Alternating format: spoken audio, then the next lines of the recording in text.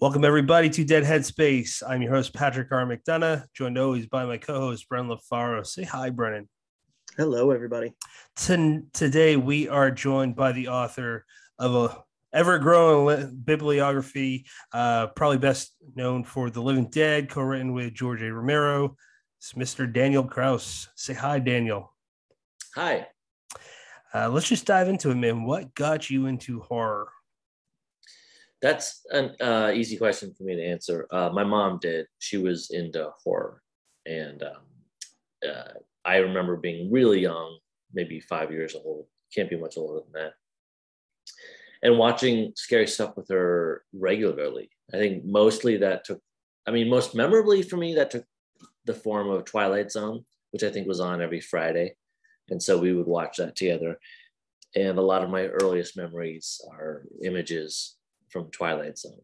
That show is just filled with really memorable visuals. And I'm sure I didn't catch all the stories necessarily, but a lot of the images really imprinted themselves on me. And I think, along with that, Night of the Living Dead, which wasn't on as often as the Twilight Zone was, but on a lot.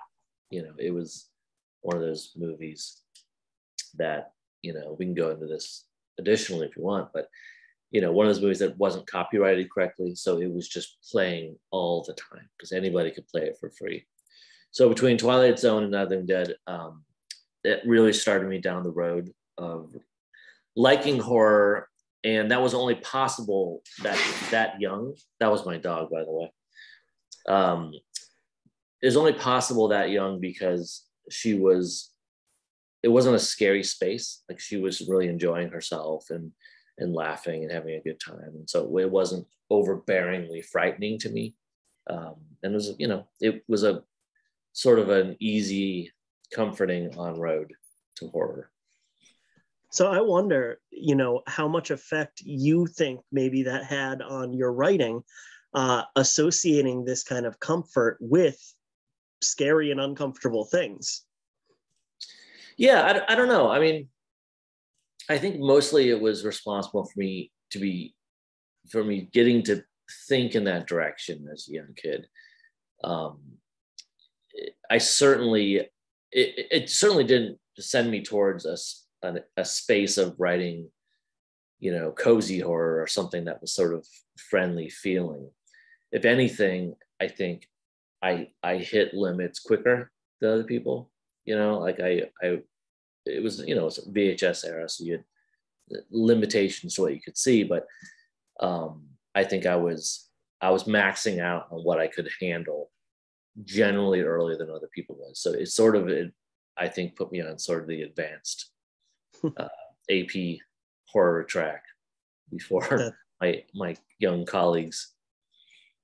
That's cool. Now your bibliography is nothing if not varied. You don't feel beholden to one style or even one age audience. Do you think that played a role in interest writing YA and middle grade stuff? Is kind of creating that same space for other people?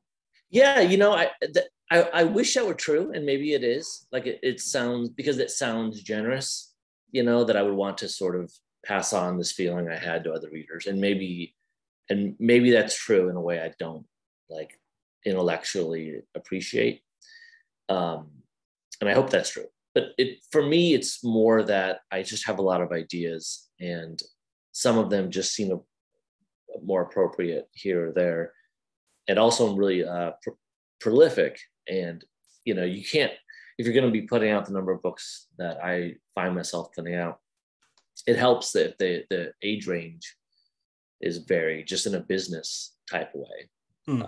If I had 5 novels out in a year, or 4 novels like this year, and they were all adult novels or all young adult novels or whatever, it would compete with each other, and a lot of publishers wouldn't even allow it. So it also just has sort of naturally evolved as on the business side of it, just being able to do as many things as I want to do by mixing up the audience. But I always feel like I'm better off for it mentally like intellectually, artistically, because each type of audience that I write for, whether it's age-wise or format, whether I'm doing comics or whatever, they all sort of are a palate cleanser for the next thing that I do, or if I'm doing them simultaneously. It makes it easier on my brain to switch back and forth because they're so different. Yeah, that's a lot of good reasoning. I like the whole idea of, you know, to a degree, this is a stretch, but it's almost kind of like your King versus Bachman. It's, you know, you not necessarily planning to do it, but putting yourself in a position where nobody's saying, Daniel, please stop writing so damn much because we can't, you know, sell all these books within a calendar year, and just kind of a natural and organic way of dealing with that. But, and also to kind of have that, well, I just wrote this, you know, this story that's very heavy in one theme. Now I'm going to turn it completely on its head and go in a different direction. I love that. I think that's great. It helps all the books, I think. It helps, you know, writing these different things. Everything is enriched by, you know, I'm not writing like super dramatically different genres, but I try to do that as well. I try to mix up at least subgenres pretty vigorously, whether it's historical fiction or sci-fi or whatever, enough so that also serves that end, to sort of constantly be waking me up, you know. And that's sort of always my goal in writing, is to create new problems for myself so that I just don't get stuck in a rut and write 10 books that are all sort of feel kind of the same, you know? Yep. Creating new problems. I like the way you put that.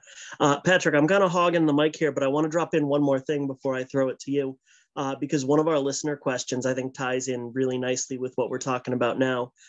This is from Brian McCauley, and he says, I'm astounded by the breadth of your output. Do you tackle your stories one at a time or have multiple projects in various stages at the same time? Either way, what does your workflow look like? Yeah. I mean, you know, when I started, it was certainly one at a time. Now it's multiple things at a time. You know, in a given week, I'm probably working on 2 major projects. And this is just a baseline, and this changes week per week. But I usually have an A project, something that's more difficult in some way, heavier, denser, involves more research or something. And maybe I'll do that 4 days a week, and then I'll have 2 days a week that I'll be writing on something else that's maybe a little less challenging in some way, maybe just shorter or something. And that, you know, that fluctuates week to week, but that's sort of a baseline. And then that always gets messed up because there's a million other things going on that will just pop up and ruin that nice little 4 to 6 balance, or 4-2 balance. So yeah, these days, you know, there'll be some days where I'll touch 5 different projects in one day. Oh my gosh. That doesn't mean I'm writing on 5 different projects, but there'll be something having to do with a whole bunch of projects that maybe I've got a phone call with an editor on one, and that's you know, that's it for one. I gotcha. And then maybe I'm writing on 2 different things, and then I'm, you know, looking at some art for a comic or a graphic novel. You know, I try to do my heavier writing earlier in the day. And then if I've got a bunch of these other things that are coming in, I'll do that in the afternoon. Gotcha. You know, I really like how on Twitter you do not mince words with being a writer, where you're not downplaying it, where it's, I guess, hopeless that no one can make it as a full-time writer, but you're also not alluding to anything that's false, meaning specifically that you really, it's not common to make enough where you're going to be in a healthy full-time position. Correct me if I'm putting any words in your mouth, but along those lines, if someone newer were to listen, because your resume speaks for itself now, is there any advice that you want to give to anyone about expectations, like realistic expectations, so you're not setting yourself up for down the line feeling like you didn't succeed? Yeah, I mean, success looks, radically different for everyone. I think there's a really great argument to be made for having a day job. I don't think that there's anything remotely wrong with that. In fact, I think for a lot of people, it would actually be helpful. If you're naturally the kind of person who's going to put out a bunch of stuff, and put out, I've got, I think 7 things coming out this year, like 4 books and then like some comics and stuff. So that's a lot of different potential ways to make money and make a living. Some of those will be bombs, but every once in a while, one of them will hit. That happens. But if you're someone who's writing a book a year, a book every 2 years, if they're not, runaway hits, there's no way you're going to make a living off that. So you're going to want to have a day job. And, I always think that it's best to, maybe have a day job that has nothing to do with the field whatsoever. So your mind is really freed up by it. So I always thought I would love to have, I never did something like this, but just run a bulldozer or something, like during the day, and then just be able to have my imagination running, and then at night and on weekends and holidays and stuff, just write. And I think that's a really fantastic and much more rational plan than, I would never have started here. Just sort of over time, I just became really productive, and that's sort of my happy spot. So I would start with that. I don't consider there anything precious to be about writing. There's a lot of, sort of the Instagram version of writing, where you're sitting with your coffee and it looks really pretty, and you're talking about how, you feel uplifted in some way, and it's all rainbows and stuff like that. I consider it more like I just get to work. Like I just love writing so much. I'd rather be writing than anything.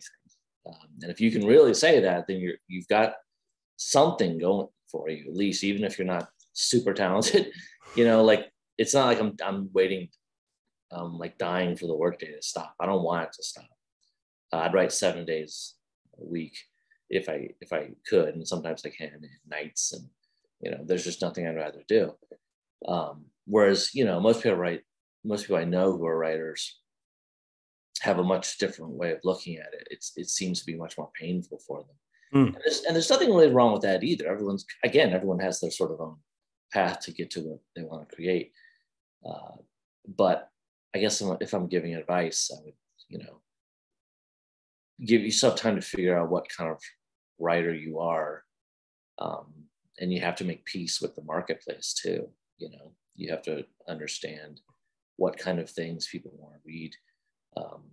And, I wouldn't suggest ever writing to that. I certainly haven't. I've sort of, particularly in my young adult books, I've written absolutely counter to what people have wanted. And, it's paid its own dividends over time. But, and I think one of the biggest pieces of advice is know when to quit.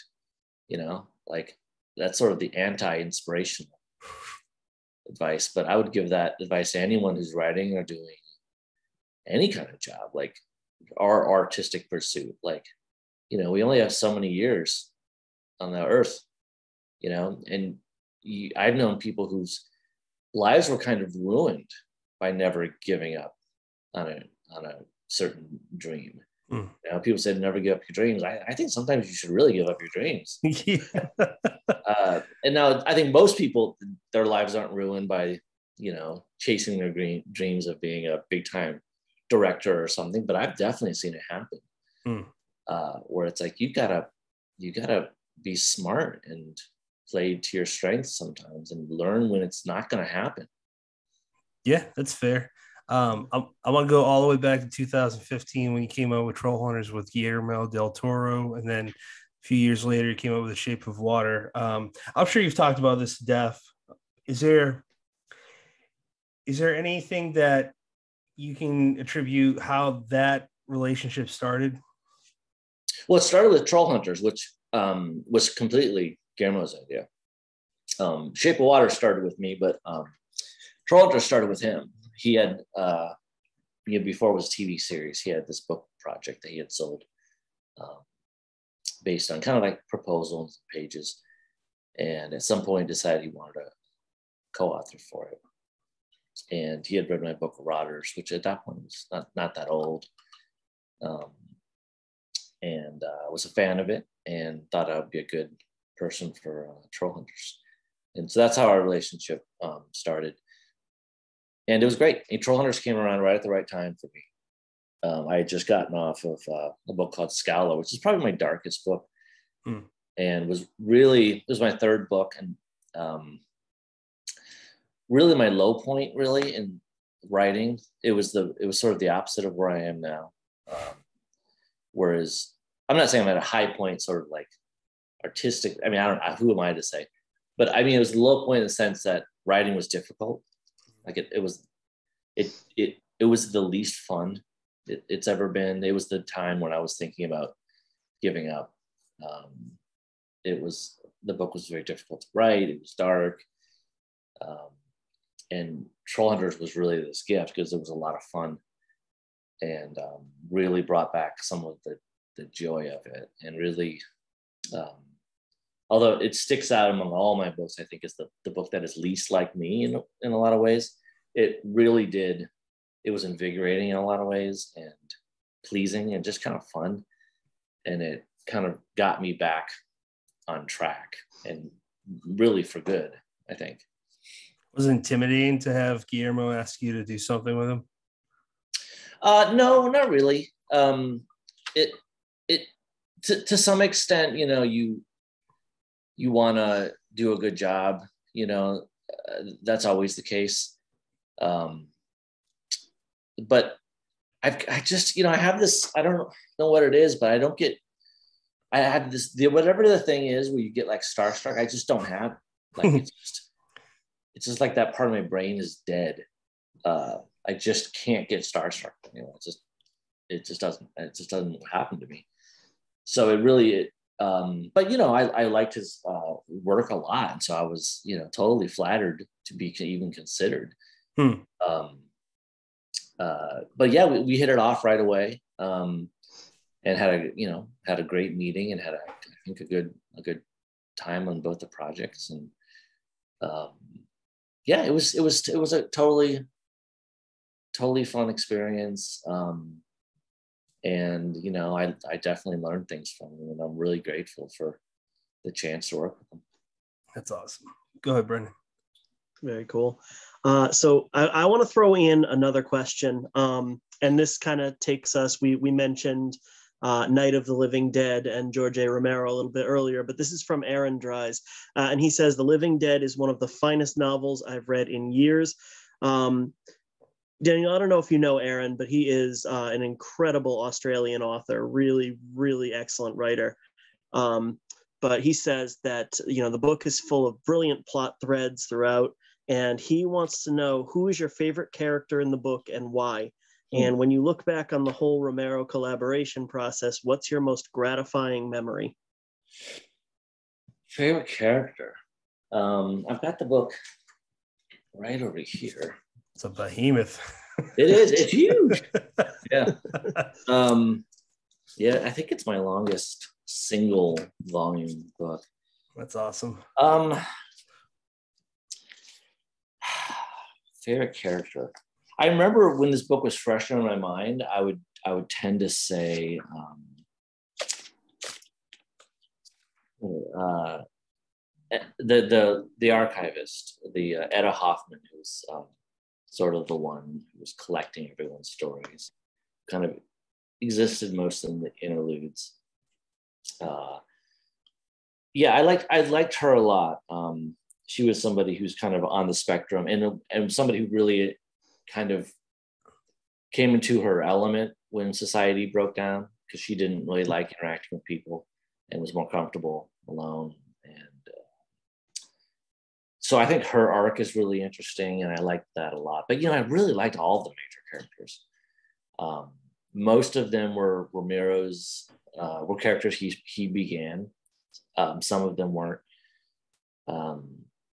but even the ones that he created, I found inroads into them that made them sort of personal to me, and really liked all. I mean, it's hard to write a book that long without, if I had a major character that I couldn't stand, that would be difficult. Or I would find a way to kill them off early, I guess. As far as like memories of like what was nice about the project, so many things. I really treasure all my interactions with Suze, his wife. One of the initial steps I took was to go up to Toronto and just talk to her for a while and learn as much as I could about George and his personality and philosophies and kind of just the way he lived life, and also the way he died, sort of what was important to him in his last months and weeks and days. And she was so open to me. That was all really gratifying. I think when I finished the book and she read it, I was very nervous about her reading it. And she just loved it. And that, not having George around to say, "Good job, kid," that would have been great. But the next best thing I had was Suze. So to get her stamp of approval on it meant a lot. So yeah, it was all along the path of writing it. There weren't very many down spots for me. It was every step was so difficult, but so gratifying. I can't think of any other project where I was so happy and excited to work on it every single day. That's awesome. Every step of every draft. I mean, I could have kind of worked on it forever. I mean, he's one of your most influential creatives. I know that. And he's mine too. Him and Kevin Smith are the guys that I looked up to when I was growing up. And you're part of that part of the Romero canon. And that's, I don't know how you would be able to digest that even now. No, I can't really, even after the book came out, and now as you might have seen, there's a second book. It still doesn't make sense to me most of the time. Like he was the reason I got into all this when I was really, really little. And so to be a part of something that kind of closes that circle of, the first movie I really remember seeing it's just an impossible thing. Like it's impossible that it happened.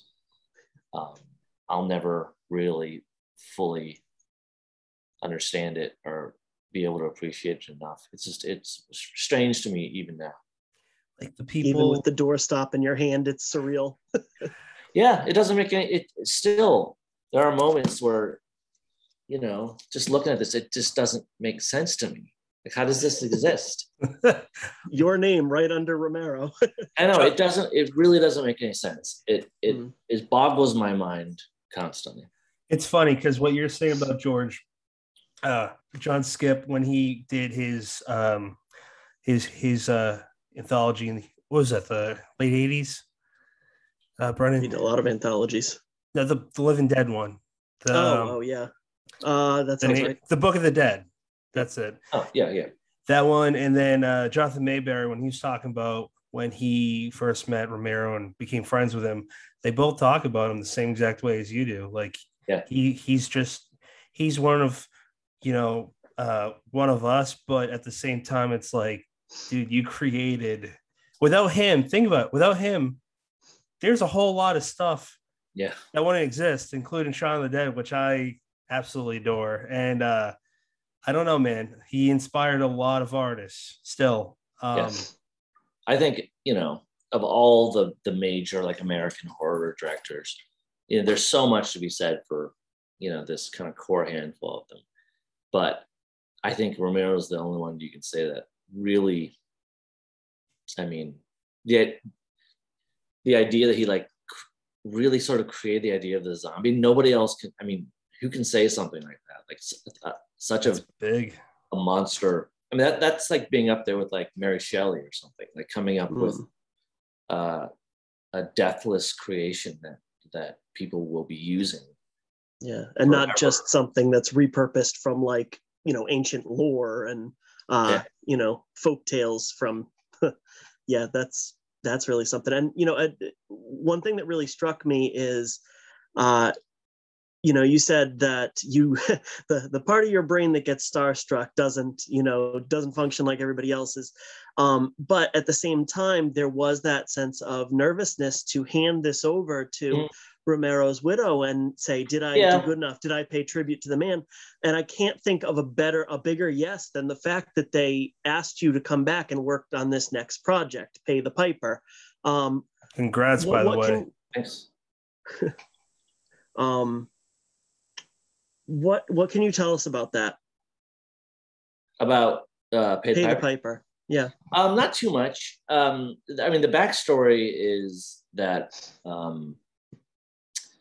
when I was still working on Living Dead, the University of Pittsburgh was kind of gathering all of his archives to create the George A. Romero collection.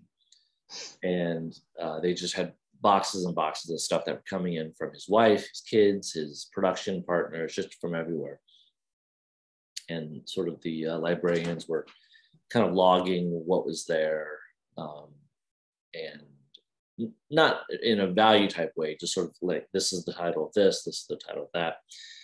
And I got permission to come look at everything. And I was the first person, aside from the librarians doing the work, to see any of it. And with no real purpose in mind, I just wanted to see it. I wanted to see what was in there. And largely it's scripts and treatments, some complete scripts, some incomplete, treatments that are enormous, treatments that are one page, hundreds of things. So fascinating to see. And then one of the very final boxes, I found another book. It was crazy. It was called Pay the Piper, and there was about 350 pages of it that he had written. And I had to just not talk about it for years. For various reasons, it just kind of took a while to get all of our, permissions sort of squared away and all that stuff. But yeah, I started work after I had permission from the family. I started working on it, like 3 years ago. And then I had to kind of put the brakes on and kind of wait for these sort of business type things to happen. So I've been thinking about it for quite a long time. It's what can I say about it? It takes place in the bayous of Louisiana. It involves this swamp town called Alligator Point. And the denizens there, who it's a very, very small town where everyone sort of travels on foot or little skiffs, little boats. And their town is kind of slowly being flooded. And they're all, most of the people there are descendants of the pirate, this famous pirate Lafitte, who is a real person. It's a lot of, he's sort of a very fascinating, complicated character who lived down there and did some sort of good things, but mostly was a terrible person. And there's a kind of swamp. I'm going to call it a swamp god for now. And that's upset with something that happened in the past in Alligator Point, and is starting to kind of wreak havoc on the children. So in a way, there's a little slight element, now that I say it aloud, of Nightmare on Elm Street, where there is this sort of, the children are being punished for things that they're not their parents really in this case, but their sort of ancestors did. But there's also an element that reminds me of It, in the sense that this creature appears as different things to different people. So as I'm kind of rambling, you can tell I don't really have my pitch down good for this, but it's a really unique setting and is the best like pure writing that Romero ever did. Like it's the prose is so good. It's saying something. Now I'm not saying like I can't evaluate against his script. I mean, they're two different books, and scripts are a different kind of thing. Okay. But as far as like the depth and like beauty of his writing, this was his pinnacle, I think. And you could tell he was just passionate about it. And very few people, almost nobody that I have found has ever even heard of it. You know, he did ever. It was like a secret project, really. Oh my God. And I don't know what happened to it. You know, with Living Dead, it was a different thing. It was like he had tried to write the book once, and then 10 years passed and he tried again. And there are little bits and pieces that I sort of found ways to incorporate and bridge together. With Pay the Piper is really just, he hardcore wrote this novel and got to what feels like about halfway and just stopped cold. So really my role in this one's kind of different. It's to write the second half of it, more or less. And I still have to do the process that I did in Living Dead, which is meld our voices together. You know, like it's important it doesn't sound like someone new is writing the second half. So in The Living Dead, I sort of worked on his prose until I had sort of a hybrid of what our writing sounds like when it's mixed together. And then once I had that, I could use that to write new stuff. And that's what I've been doing with Pay the Piper, is figuring out what the Pay the Piper authorial voice is, which would be a combination of our writing, and then using that to write the second half. But so I did, unlike The Living Dead, he left no notes or anything for this. It's just like, it just cuts off cold. But there are lots of really fascinating clues in the manuscript that there are a few mysteries that I've solved that I just got really lucky in solving. Like he'll make some like there's names of characters that I looked up and realized they were referencing something, you know, that clearly he knew he was going to connect this later, but didn't. And some of those were like, oh, this name actually translates to this, which means he was talking about this, which references this movie here. And if I watch that movie, that makes you realize, oh, he was really talking about this actor in this movie who had who used to call his cancer by this weird term. And that made me realize, oh, this book is kind of about cancer. And so there's like this domino effect of like research that where if he was just here, I just asked him, what the hell are you writing about? But I'm having to play detective and figuring out where he was going with this. And I think I've you know, just like with The Living Dead, my theories are only theories, but I think I've developed a pretty good idea of where he might have been heading. I wish Brandon Sanderson, sorry to cut you off. I wish Brandon Sanderson was here right now so we can compare and contrast how he took on Robert Jordan's Wheel of Time and how you took on, because they're both, in my opinion, those both weigh the same with their fanfare and with the importance of finishing this with both respect and the melding of the voices. I'm really curious to see if he would have had similar experiences. You know, that's a really interesting point. I've never read about, because I haven't read those books. I've never read his opinions or his interviews on like how he did it, but I should. You know what, man? Yeah, that's I wish you came up with that question. that could help you answer some of your own, because I mean he had to take on 2 books. Plus, it was given to him by Robert's wife, which there's a lot of parallels there. Is all I'm saying. And yeah, I'm gonna look up. I'm sure he's spoken extensively on it. So I'm sure he has. I need to read some of that stuff. And he also wears glasses. What? Deja vu, man. Brennan, I cut you off to ask that stuff. Go ahead, sir. No, that's okay. That was a really good point. I'm glad you cut me off to make it. Thank you. I was just gonna say I love the setting of, like, you know, Louisiana, East Texas, Bayou. I think it's an underutilized setting. Yeah. With, you know, in terms of isolation and in terms of a lot of times the people in the villages and the towns there will be kind of disconnected from society, and just so automatically you've got like kind of gears that turn a little bit differently than the audience expects.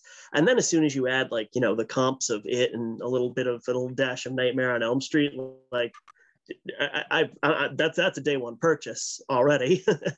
Yeah, I totally agree. It's an underutilized area that is inherently kind of creepy and mysterious. Like there's all sorts of creatures skimming around in the bogs.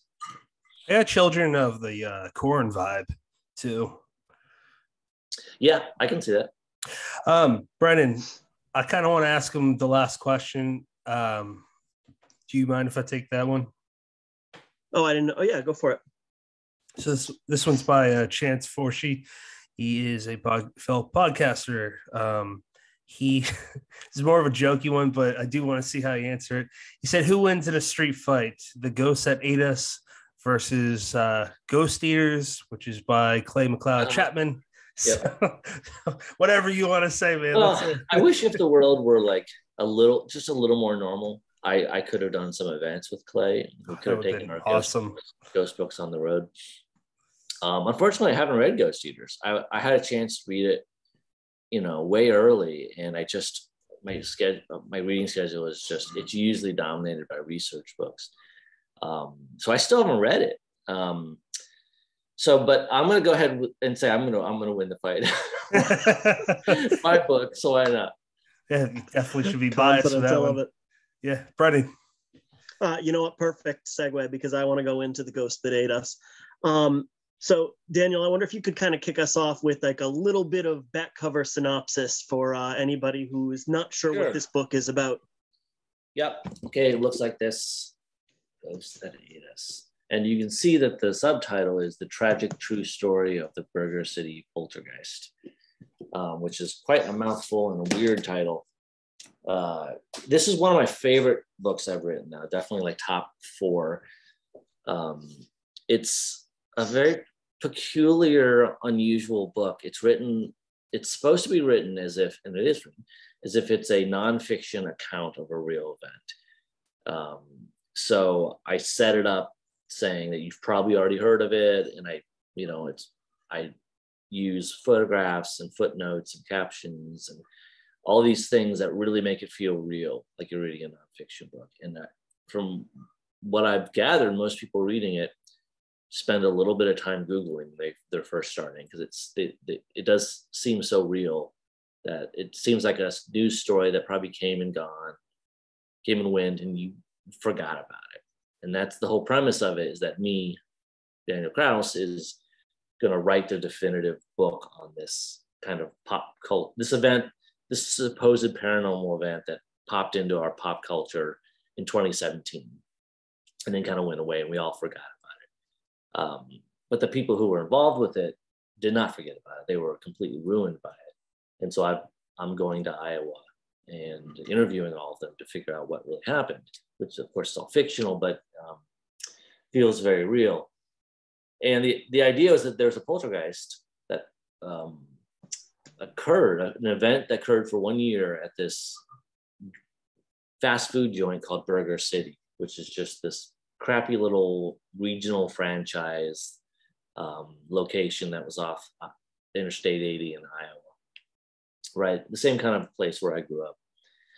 And at first, the poltergeist manifests, as they often do in accounts, as something really harmless. Like the Burger City has a little cardboard mascot and every day at 4:28, I think, maybe it's 4:30, it hops for a few minutes, and nobody can figure out how it's happening, and people start coming to the restaurant to take videos of it, and it becomes sort of this little fun viral moment.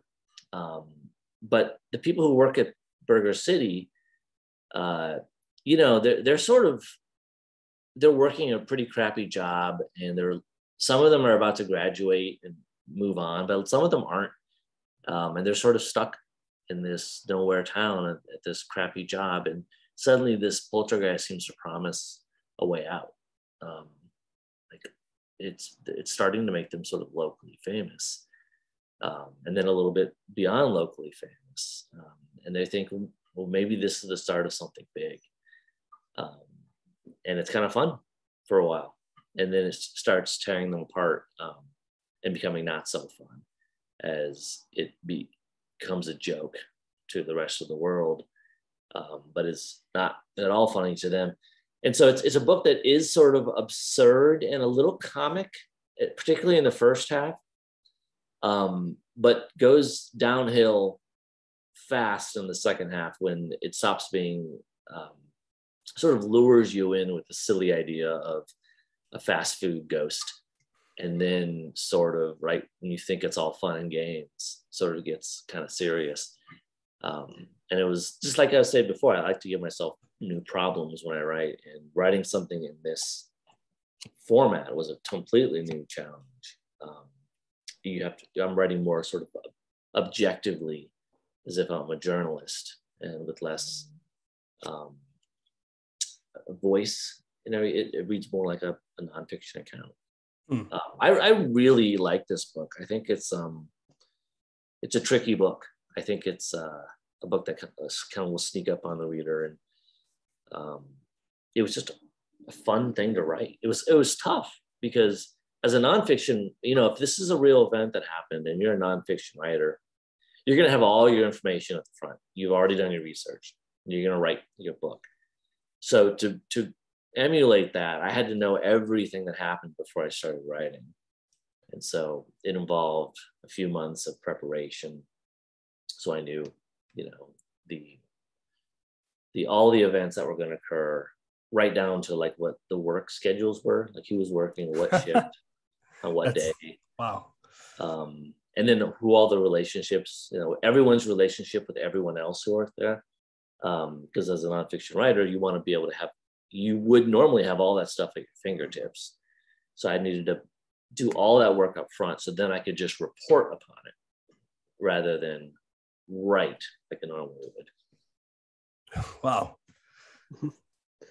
I love the way you described it as kind of luring you in with, you know, these almost silliness, but you're right. There's a lot of very, very human drama and tragedy at the core of it. It's almost deceptive, you know, where the story goes. And I think it's very, very brilliantly done. I will tell you, you know, without spoiling anything, I love the last chapter. I think that that puts such a nice bow on the way this book comes together.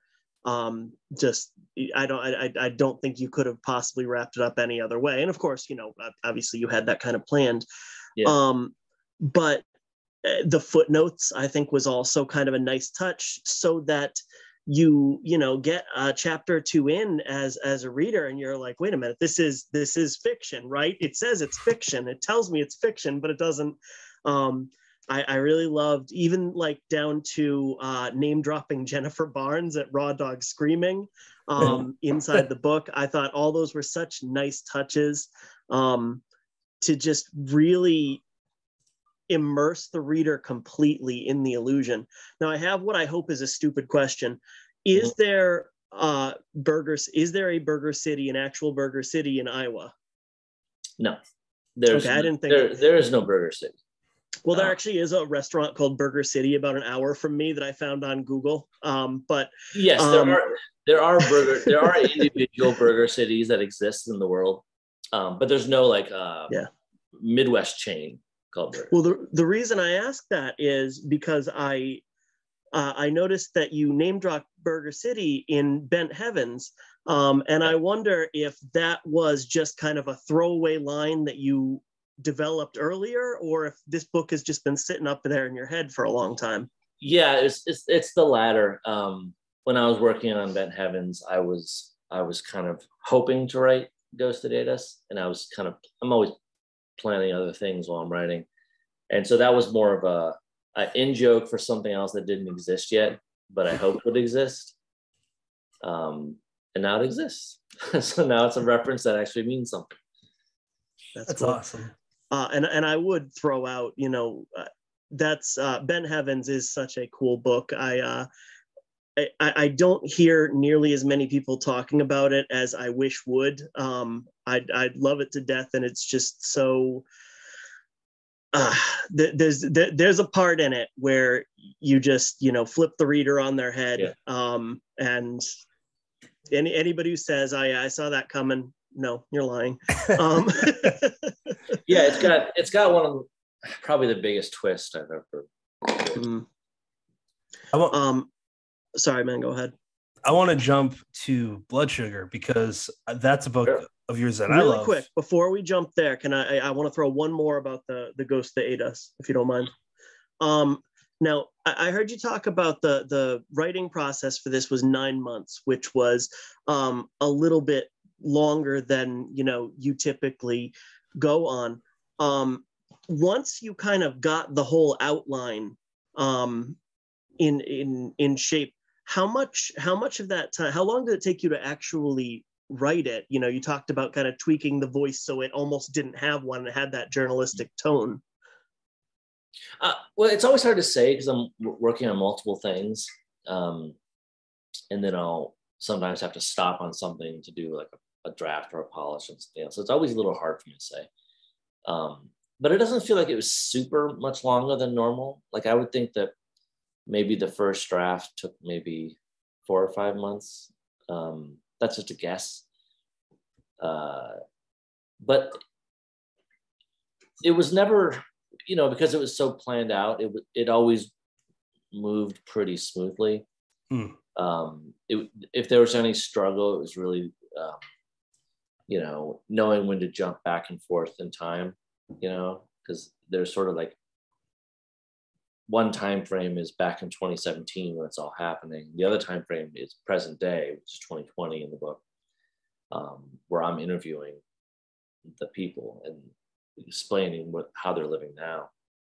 And so balancing the back and forth of that was probably difficult, but otherwise it did feel like I was just sort of reporting on an event, and that moved pretty smoothly. Do you ever outline? Oh yeah, I outline massively.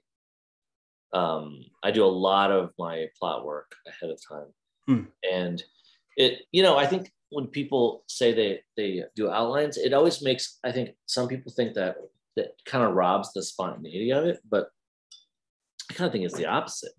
Like when I have, after I've spent all this time hitting sort of the major plot beats, it totally frees me up to just kind of go wild with the writing. Like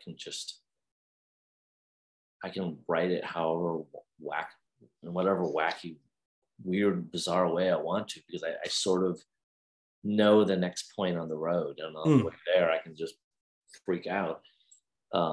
So I think on a sentence level, it's really freeing. And there's always points where you jag off the path and things don't go as you planned. I'm right there with you, man. Yeah, and sometimes you get better at it too. Like early outlines probably were just smashed to smithereens by the end. But these days I have a better sense of it, and my outlines I can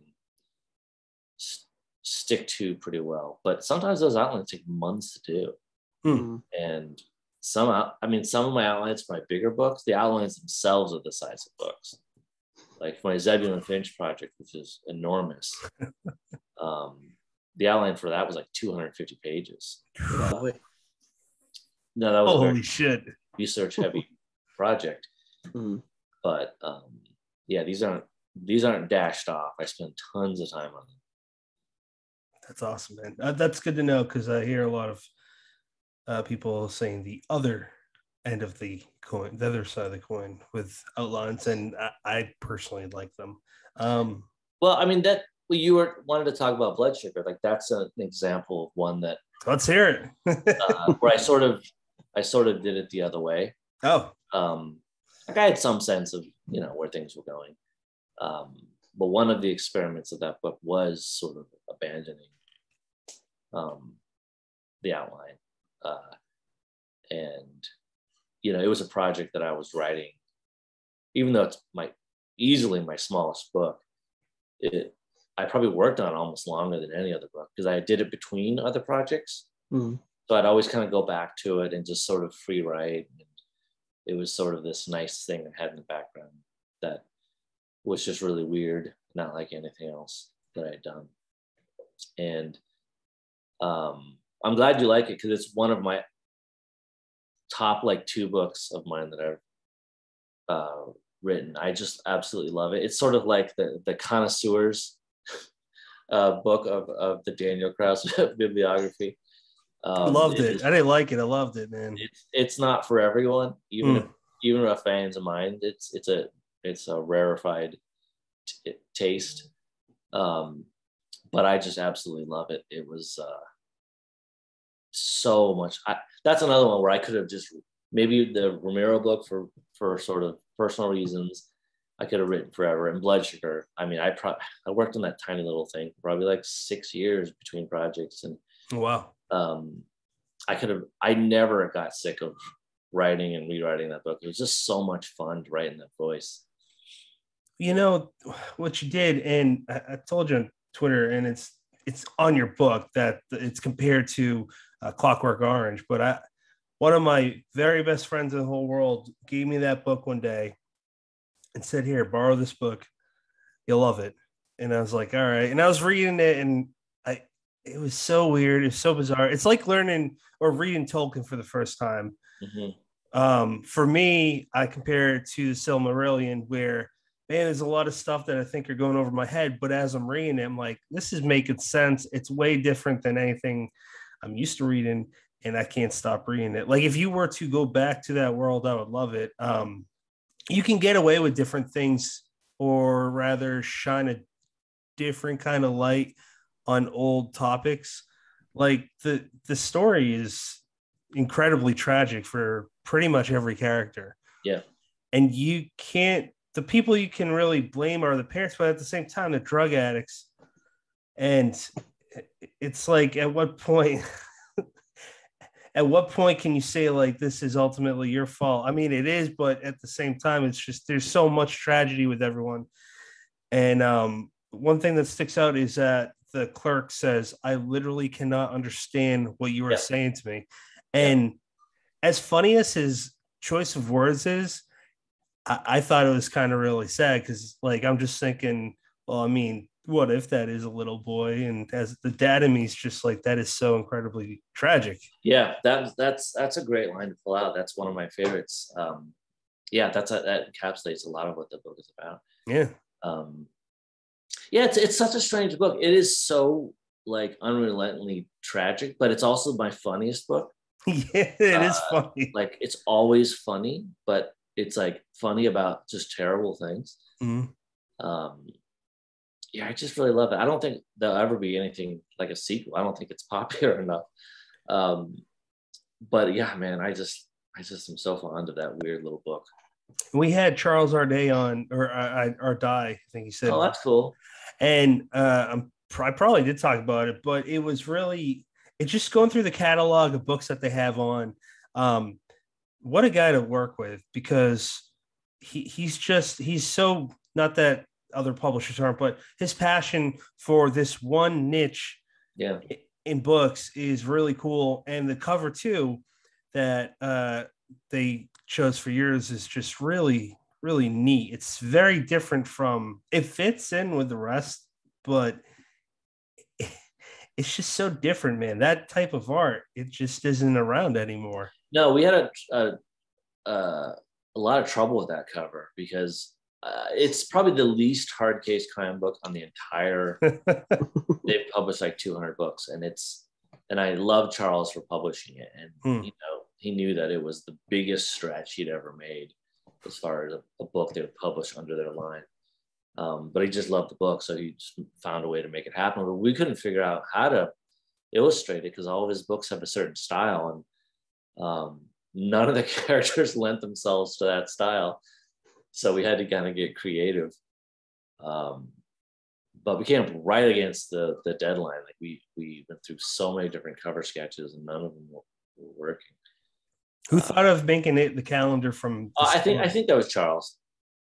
Did you write that in after, or did? Oh no, the calendar was in the book. I think, but once we had the art, I think I did change the text a tiny bit so that it matched the cover art. That's smart. I think it was maybe just a random calendar before. So the deadlines worked out that we were able to sort of nod towards the cover a little bit. I want to talk one more thing about Romero, because you're the person that, and again on Twitter, that pointed this out. His movie that I don't know what happened to it, but now it's out in the public on Shudder, the amusement park. I'm going to be checking that out. Yeah. Hopefully in a few days. Did you hear about it through like his estate, or how did you hear about it? So this was a movie he made in the 70s. It was a work for hire to show the sort of problems of being elderly in American society, difficulties. And so he was paid to do it. He took a week. He shot this movie in a week. I think the shoot this week. Wow. I mean, it's a short movie. It's only 50 minutes, 50. So it's not super long, and it was a work for hire. Now, why they hired George Romero for this, I'll never quite understand. And he turned in just something that was, it was something to be shown at like senior centers and stuff. And he turned in this just absolutely trippy, nightmarish movie that I think, along with Night of the Living Dead, is like one of the scariest things he's ever done. Oh, wow. Because I think generally Romero's movies aren't super scary. Like they've got other things going on, but usually his movies aren't. Their primary goal is not to scare you. That's sort of a secondary thing that he does. I think with Night of the Living Dead, he was trying to scare you, and I think with Amusement Park, he is. And I had read, the only known reference to the amusement park that I knew of was, there's this academic book that a guy named Tony Williams had written, maybe in the late 80s, maybe early 90s. And he mentioned at the very end of the book, he mentions it, like somehow he saw it.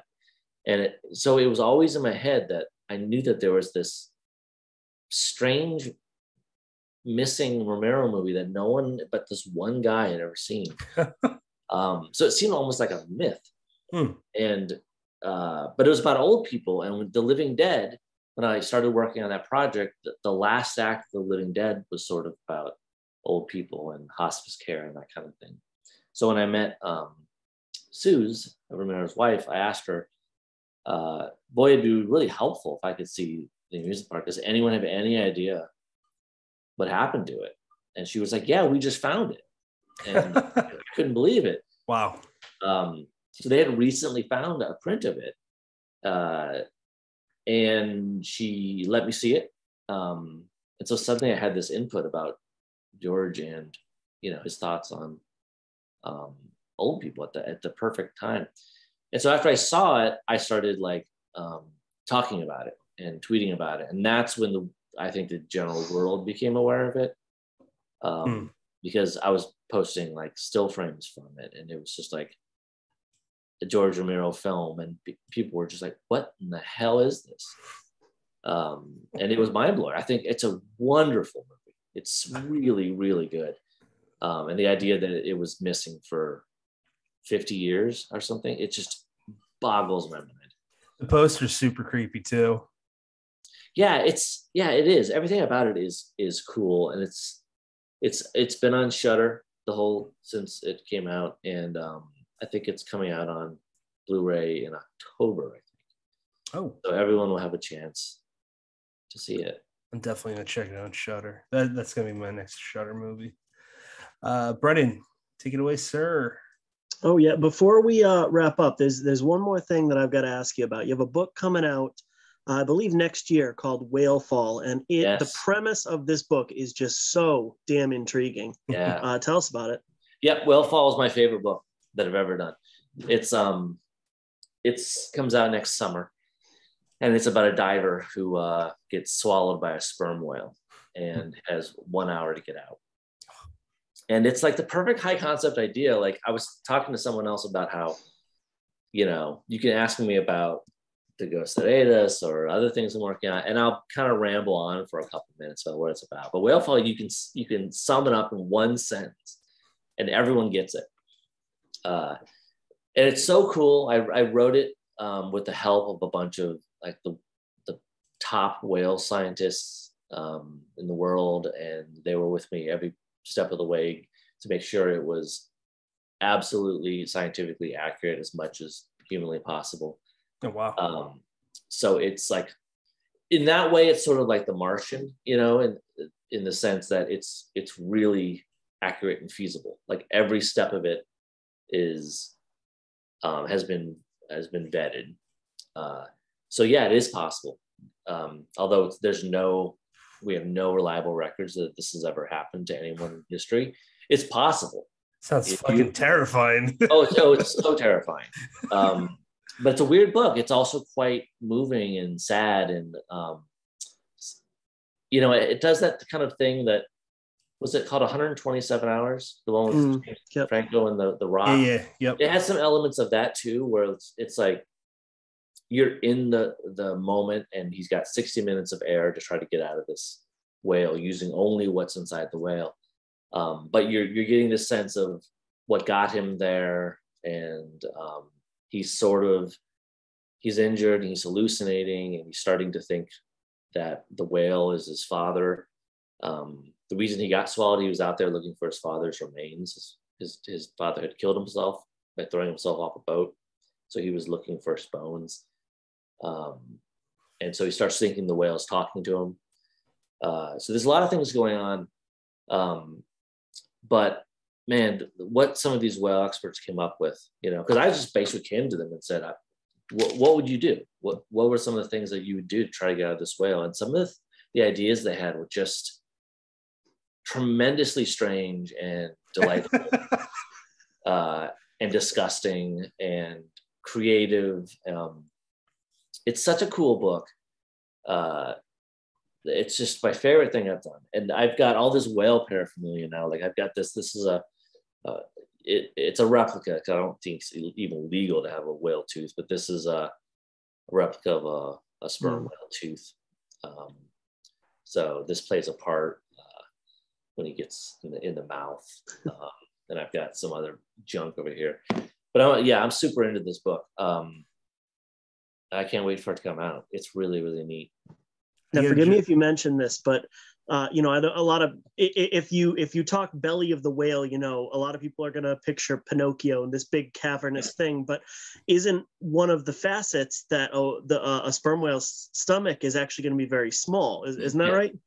And yeah. So I mean, relatively you must have played with claustrophobia a lot. Yeah. It's like a sperm whale stomach is like being in an elastic sleeping bag. So it's very, very tight. But it's elastic, so you can kind of push out against it. But it's not like you're in a room. You're like you're squeezed up, and it's it only gets worse. The news only gets worse from there, because whales don't chew with their teeth and jaws; they chew with their stomach. These are just from grabbing onto you in the water. They're sort of backward hooked, so you're coming in this way, you can't get out. But they chew with their stomach, so you're getting crushed by like massive amounts of power, like bone crushing power. Plus the pressure of all the water above it, right, man? I'm sure that has something to do with it. Yeah, I mean, if that's another one of your many problems, is if the whale dives, like if this is the amount of the canyon that, this is the surface of the water, the whale can go all the way down to the bottom of the canyon. Oh my God. But you can only get about this far before your head implodes. So if it starts going down, your eyeballs are gonna pop out, your head's gonna explode. Like, it's all bad. There's no upside to being in the whale. At best case scenario, you somehow get shit out with you can't even survive that, right? Yeah, that's probably not gonna happen. You'll have to read the book, Patrick. Oh, okay. Yeah. I do want to jump in and show you that this was made by was he from Sweden, Brendan? Yeah. Yep. So I just commented on it when we had him on our show. His name is Henrik Nelson, and I think the guy's a goddamn genius, and he does creature art. This was Moby Dick. Wow. It's for like a shot class, but it's really detailed. Yeah, that's great. I just had to point that out. He's super good. Did you? I'm gonna put you on the spot. Did you read Heart of the Sea, or see the movie? Yeah, I've seen. Yeah, I've read and seen that. I've Two of the Avengers are in it. Yeah, I suppose that's true. I've read Moby Dick. I did a lot of research. I've got all my books right here. They're sort of in a pile, but I've got these giant books that are really for scientists, that are just like pictures of dissected whales, so I could get a sense of what the guts look like. Me and Brennan grew up near an area that is well known for whaling. Was New Bedford. Now it's just a scary city. I'm sure it was lovely back in the 1800s or 1700s, whenever it was, but nowadays it's not a nice place to be in. Well, Whale Fall's set in Monterey Bay. Okay. Where there are sperm whales. And I had a diver out there, a scuba diver, do the exact dive that's in the book and tape it. So he's like an underwater videographer. So that was nice, because usually when you're writing, you don't have footage of exactly what you're writing. But in this case, up until the moment he gets swallowed, of course, I had a second by second video of what I'm writing about, which is really unusual and helpful. How do you even come across like scientists in that field? Well, I didn't know either, but I knew one person. There's a nonfiction writer named Mary Roach, who's pretty well known. And I know her, and she had written a book called Gulp that's sort of about swallowed things, oddly enough. And I asked her, once I had this idea, and the very next day when I woke up, I asked her if she'd ever come across anyone who said that it would be possible to be swallowed by a whale. And she said, yes, I did. This one scientist, whale scientist. And so I talked to him, and then he was excited by the idea, and he hooked me up with other whale scientists. And so began just like endless hours of phone calls, Zooms, and trying to understand whale anatomy that I could barely grasp. It was confusing, but I got most of it right. They always comforted me with the fact that sperm whales are extremely mysterious today, even. And so if I made mistakes, there virtually no one would know, because you can't even really study them. When they beach, they wash up on the shore as your only shot. And then you've only got a limited amount of time before they have to get rid of the body. So anytime a sperm whale washes up, calls go out, and the scientists rush there to chop into it as much as they can and learn what they can before 2 hours later it's got to go. Wow. Brennan, any final questions before we wrap it up, man? No, I mean, I'm so there for that book, and to hear that the process that went into writing, and frankly, just it sounds like you had a freaking blast, learning all that stuff and putting it into play. Whenever I can tell that somebody enjoyed creating a piece of work, like for whatever reason, that makes me enjoy it all the more. Yeah, I'm glad, man. I'm super psyched about that one. Can't wait. Sorry, struggling. My E key just popped off. That's probably not good. Oh, dear. It's Yeah, pretty. that's It's an important key. 7 years old. Had a good run. So Daniel, where can people follow you? DanielKraus.com will have all the required links. And do you have any final thoughts? Well, I wanted to shout out to a couple books I've come out later this year. I've got one called Graveyard Girls, which is middle grade, written with Lacey Harrison, which is a fun sort of Goosebumps type thing. Oh, nice. And I've got another collaboration coming out in October called Wrath, which is really cool. And I wrote it with this brilliant geneticist named Sharon Moalem. And he kind of provided all the science in it, which is insane. And it's about genetically modified pets. This company that makes, it's like very, very just slightly near future, like very slightly, a couple of years type slightly. Oh, wow. It's a very like Michael Crichton type thing. So it's a little bit like Jurassic Park, but kind of like rats. It's about this pet rat that this company makes, and these sort of genetically edited pets are a reality. Particularly in China, they don't have the same sort of rules we have here. And this is a company that's making these new pets. They made a couple other pets, but now they're making this rat that has human and brain genes in it. And the rats are also engineered to be super cute and super smart, and they communicate with a little touchpad.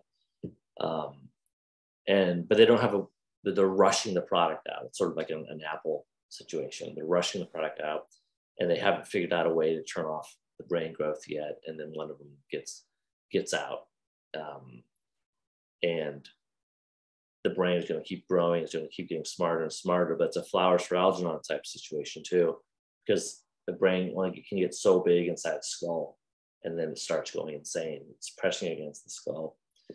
So if this rat were to multiply with the common New York street rat, then these rats would soon take over the entire city. And by our scientific estimations, everyone would have to move out of all cities in the world within just a few years. The rats would win. It wouldn't be a fight.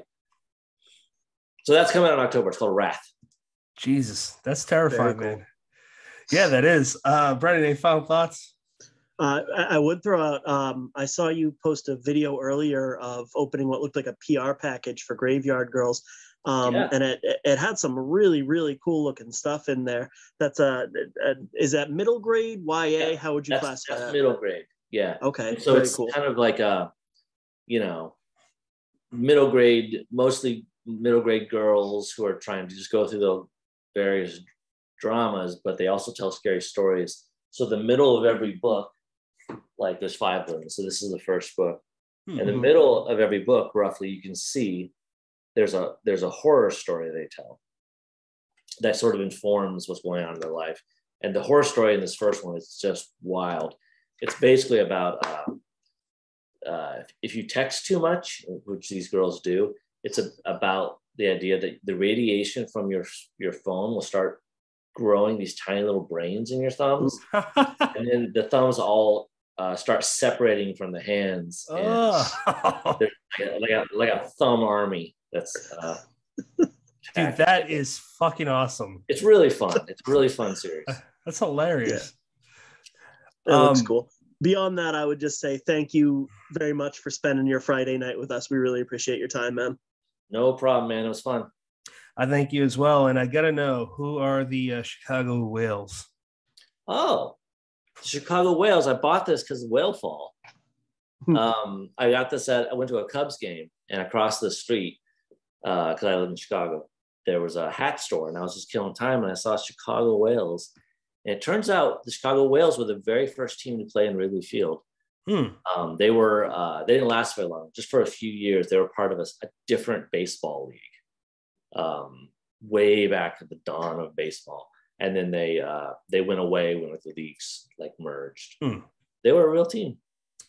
That's I don't know why the hell they're called the Whales. There's no whales anywhere near here, but I guess there's not a lot of bears either. True. Yeah, for us, the Boston area had a lot of. They had a few baseball teams, but I don't remember what they're called. So, I love that whole conversation that came up where people got angry about the Cleveland Indians changing their name to the Guardians, and the kind of counter that was like, dude, we've got two teams named after socks. You can't really say the Guardians is a dumb name when we've got two teams named after socks. The Red Sox and White Sox, yeah. Oh, and then there was the Black Sox. That's true. 3 teams. Yeah. What are you currently reading right now, man? I'm reading a science fiction book called Red Mars by Kim Stanley Robinson.